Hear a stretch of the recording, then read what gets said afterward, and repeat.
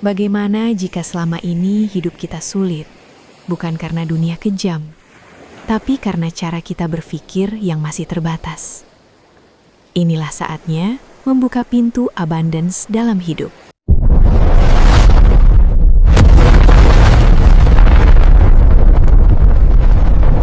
Sadari dirimu siapa. Mengkuantum jamkan uang 25 juta jadi 30 juta dia dapat, terus kuantum jam lagi jadi sebelum mulai kelas offline udah 3 kali kuantum jam berturut-turut terjadi 3 kalinya gitu. Di situ dia mulai merasakan bahwa ternyata ya kunci dari mensyukuri nafas di pagi hari itu kuncinya tuh ada di situ gitu ternyata. Dari situ dia mulai merasakan kebahagiaan pelan-pelan. Introspeksi yang dia sampaikan sih sebetulnya dari dulu hidupnya tuh nggak punya banyak rasa syukur gitu. Jadi dapat segini ini kurang, dapat segini ini kurang, dapat segini ini kurang gitu. Sampai pada akhirnya urusan bisnisnya tenggelam, jatuh gitu. Dari situlah di titik kejatuhan terbawahnya dia mengalami satu fase di mana dia harus operasi jantung, Dra. Udah harus operasi, terus dia bilang sama anaknya, aku nggak mau operasi jantung, aku mau ke Surabaya. Aku mau ketemu Mas Hendra sama Teh Feby di Surabaya gitu. Jadi berangkatlah ke Surabaya, rilislah dia. Tapi jauh sebelum ketemu kita di Surabaya, dia udah ngejalanin sadhana nafas syukur, kuantum jam. Jadi dia udah kuantum jam jauh sebelum ketemu kelas, sudah mengkuantum jamkan gitu. Mengkuantum jamkan uang 25 juta jadi 30 juta dia dapat, terus kuantum jam lagi jadi sebelum mulai kelas offline udah 3 kali kuantum jam berturut-turut terjadi 3 kalinya gitu. Di situ dia mulai merasakan bahwa ternyata ya kunci dari mensyukuri nafas di pagi hari itu kuncinya tuh ada di situ gitu ternyata. Dari situ dia mulai merasakan kebahagiaan pelan-pelan. Introspeksi yang dia sampaikan sih sebetulnya dari dulu hidupnya tuh nggak punya banyak rasa syukur gitu. Jadi dapat segini ini kurang, dapat segini ini kurang, dapat segini ini kurang gitu. Sampai pada akhirnya urusan bisnisnya tenggelam, jatuh gitu. Dari situlah di titik kejatuhan terbawahnya dia bertemu kesadaran. Rata-rata polanya begitu sih, rata-rata ya. Ketika spiritual awakening menyapanya, pasti dia dalam posisi yang terpuruk dalam gitu Mas Hendra. So pagi ini pada saat nggak tahu cukup, nggak ngerti kapan harus cukup, ngejar terus, kurang terus, itu justru akhirnya jatuh. ya betul. Di saat dia jatuh, baru mengalami spiritual awakening. Tapi apa sih yang mungkin ya yang bikin beda banget gitu antara kelas kolektif dan kelas privat, baik itu secara online maupun secara offline itu dari sisi mengurai masalahnya atau apa gitu keunggulannya kalau misalnya bisa offline online lah. Oh, agak jauh dalam, lebih beda sih Mas Hendra. Bedanya gini ya Mas, kalau seandainya kolektif banyakan, anggaplah 50 orang atau 70 orang, 100 orang, itu kan kita mengurai masalahnya random Mas, global Mas. Kita mengurai masalahnya itu tentang kesedihan global gitu loh. Kemarahan global, ketakutannya global. Kita tuh merilisnya global, kuantum jamnya kan juga global. Berbeda dengan private Zoom, private offline-nya Abundant Revolution itu one on one. Untuk di sisi teman-teman yang lain, di tempat lain mungkin private-nya bisa 3 orang, 5 orang, itu disebut private Mas biasanya. Tapi kalau di kita enggak, benar-benar personal banget. Dan di situ aku memang betul-betul mendedikasikan waktuku, pikiranku, tenagaku, perhatianku, memang betul-betul ingin mendengarkan apa yang menjadi kisah ceritanya teman-teman, untuk pada akhirnya semua itu kita sadari bahwa itu hanya sebuah cerita aja yang nggak perlu kamu pegangin gitu. Jadi kalau misalnya yang online private sama yang offline, kalau offline the best jelas. Kenapa the best? Karena kita bersentuhan langsung, maksudnya aku bisa menyapa, mata ketemu mata, rasa, terus vibrasi itu jauh mas. Yang offline itu the best, sangat the best banget. Dan offline biasanya kan itu makan waktu sekitar 3 jam sampai 4 jam. Kalau online itu kan sekitar cuma 2 jam sampai 2 jam setengah lah, kurang lebih ya. Tapi yang membedakan cerita private itu adalah di setengah jam pertama itu teman-teman punya ruang. Nah, ini yang paling penting. Punya ruang untuk menceritakan apa goals dia. Apa yang mau mereka ceritakan yang menjadi luka, menjadi PR, menjadi sesuatu yang membebani diri dia, atau apa saja yang membuat mereka bingung dan resah, way out-nya seperti apa. Itu di setengah jam pertama itu ada ruang untuk mengalirkan semua kisah pribadimu di situ gitu. Jadi biasanya di setengah jam itu aku langsung bikin pola mas. Polanya intinya tuh misalnya dia di titik sekarang apa yang dirasain. Contoh ya, alumni yang lalu.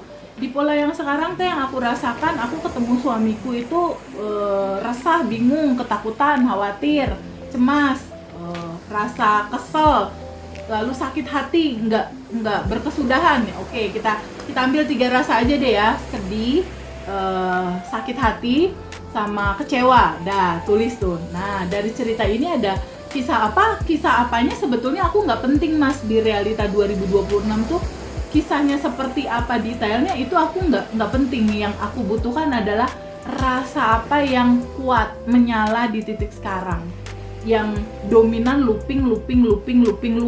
Nah, rasanya tuh apa? Nah, bercerita tuh mereka rasanya ini. Aku kok bersitegang terus ya sama pasanganku. Aku merasa tertekan, aku merasa jenuh, takut, tertekannya lebih gede. Oke, judulnya tertekan. Kita ambil garis bawah, stabiloin, tertekan, sedih. Nah, ketika udah mulai tertekan, sedih yang ini, kita lihat bahwa realita 2026 itu hanya pantulan. Kalau kata istilah petani mah lagi panen buah apel gitu loh Mas Hendra. Sebelum panen buah apel kan dia ada benih apelnya dulu Mas. Bener nggak? Sebelum dia jadi buah apel yang panen besar, dia kan ada benih dulu. Nah, realita kita yang saat ini Mas Hendra, aku, teman-teman semua lah, ini tuh gambaran dari adanya pola Mas. Ada polanya, ada patternnya. Contoh, Mas Hendra dapat uang, ada polanya tuh cara uang masuk di Mas Hendra. Mas Hendra menyelesaikan masalah juga ada polanya tuh. Pola masuk masalah biasanya begini. Biasanya kita udah mulai apa lama pola kita masing-masing. Iya. Nah, begitupun realitas si peserta ini, dia ada rasa seperti ini tuh ada akarnya, ada pattern awalnya, ada polanya. Nah, kita ambil dulu nih, tarik garis di benih awal realita sebelum ini terjadi tuh ada benihnya. Yuk kita tarik yuk. Nah, waktu itu kalau dia rasanya tertekan banget sama suaminya, ada loh Mas yang kayak gitu. Kebayang nggak Mas, tiap hari ketemu suaminya tapi dia tertekan. Itu penderitaan sangat itu. Kita ambil yuk, tarik garis kan. Waktu pertama kali nih di kisah masa kecil, biasanya itu 12 tahun ke bawah Mas. 1, 2, 3, 4, 5 tahun ke bawah, 10 tahun ke bawah, 12 tahun ke bawah. Ada peristiwa apa yang membuat dia tertekan? Tahu nggak Mas, pas akar dicari ketemunya apa? Apa tuh Bang? Keluarga ibu ini, dia adalah keluarga dokter Mas. Bapaknya dokter, ibunya dokter, kakak-kakaknya, dan dia pun dokter. Dia anak di tengah Mas. Yang atasnya dokter, kakaknya pintar. Yang di adiknya juga pinter juga di cerita masa kecil. Si ibu ini di tengah tertekan karena kakak-kakaknya berprestasi semua, adiknya juara-juara semua, dia tertekan sama siapa? Tertekan sama bapaknya. Jadi dia setiap kalau mau laporan hasil ulangan ke bapaknya tuh udah pokoknya kalau kamu nilai jelek nih ada penggaris. Jadi kalau ini didikan zaman dulu ya Mas. Kalau anak ini punya nilainya yang jelek, dia dikurung Mas di kamar. Dikurung di kamar dari pagi sampai sore. Sampai dia mau berjanji nilainya nggak begitu lagi. Itu aku aja kalau denger kisahnya tuh sampai Masya Allah, sampai kayak oke, aku catat dulu. Oke, dia ada tertekan sama ayahnya. Ada rasa apa lagi? Makanya aku selalu bilang, your daddy become your husband tuh kayak gitu Mas. Dia ada lapisan endapan emosi sama ayahnya berupa rasa tertekan, pilu.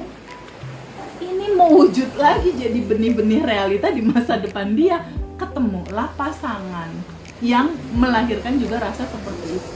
Jadi rasa itu sama si anak ini melihat, mendengar, merasakan, napasnya mulai mengalirkan kecemasan dan ketakutan, itu terekam Mas di tubuh kita. Jadi pola energi di tubuh kita. Dia tersimpan, dia tersumbat di pembuluh darah itu. Macem-macem tuh Mas sumbatannya, kalau kesel atau marah menahun, dia di ulu hati, ada yang di leher, ada yang di tenggorokan, ada yang di dada, ada yang di kepala. Pernah dengar nggak kalau kita lagi rilis bersama, ada terasa nggak ini energinya tersumbatnya di mana? Coba rasakan pakai rasamu, apakah ini terasa di kepala? Mulai kan pada chatting kan tuh anak-anak batch, Tete kepala aku pusing, kepala aku kayak ditusuk-tusuk. Kerasa nggak di leher? Iya Tete, ini leher aku kayaknya kering, kayak kalau yang tadi offline itu terasa dicekik lehernya. Terus ada nggak terasa di dada? Ada Teh, kayak ketusuk-tusuk. Ada terasa di lambung nggak, pengen muntah? Ada terasa di punggung. Itu tuh cerita macem-macem Mas. Jadi kalau misalnya di dada, dia biasanya marah nggak meluap, kependem. Kalau di sendi-sendi kayak apa ya? Kayak rematik gitu loh Mas. Di sendi-sendi urat syaraf gitu, kayak asam urat kayak gitu, tapi yang sakit banget. Itu biasanya rasa tidak dirasakan keberadaan dia ada. Kayak contoh, si anak ini waktu kecil kakaknya dipuji, dia enggak gitu loh Mas, dibedain. Ada rasanya dia nggak dapet cinta yang cukup. Jadi cerita di kepala lah, kerasa di leher, di dada kayak ditusuk, mau muntah. Itu beda-beda endapan cerita emosinya. Ada rumus-rumusnya itu Mas. Kalau yang terasa pernah dengar nggak orang sakit saraf kejepit? Pernah dengar nggak?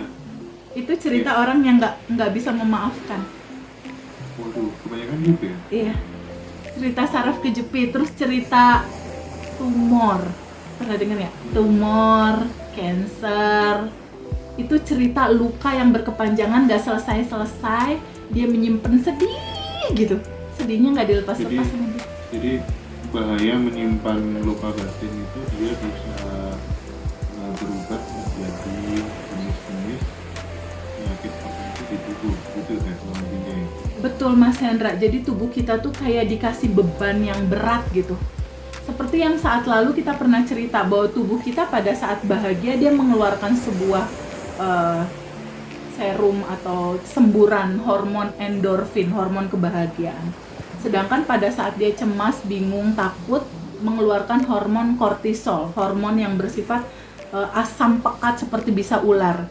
Kebayang nggak Mas, kalau kita stres berkepanjangan, terus saja zat asam lambung itu dipancarkan ke tubuh kita, dia mengganggu metabolisme tubuh kita.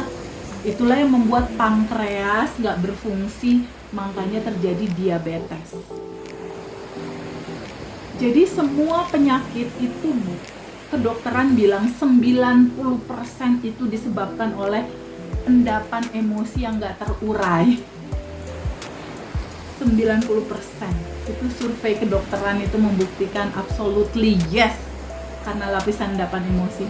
Makanya kalau kemarin kita lihat alumni Mas Hendra juga dengar sakit, udah 1,5 tahun terjadi pendarahan yang hebat, tapi setelah dia praktek 30 hari daily rutin, dia mengikhlaskan dulu, pertama menerima sakitnya, mengikhlaskan, lalu memaafkan orang-orang yang menyakiti dia, lalu dia sadar nafas syukur.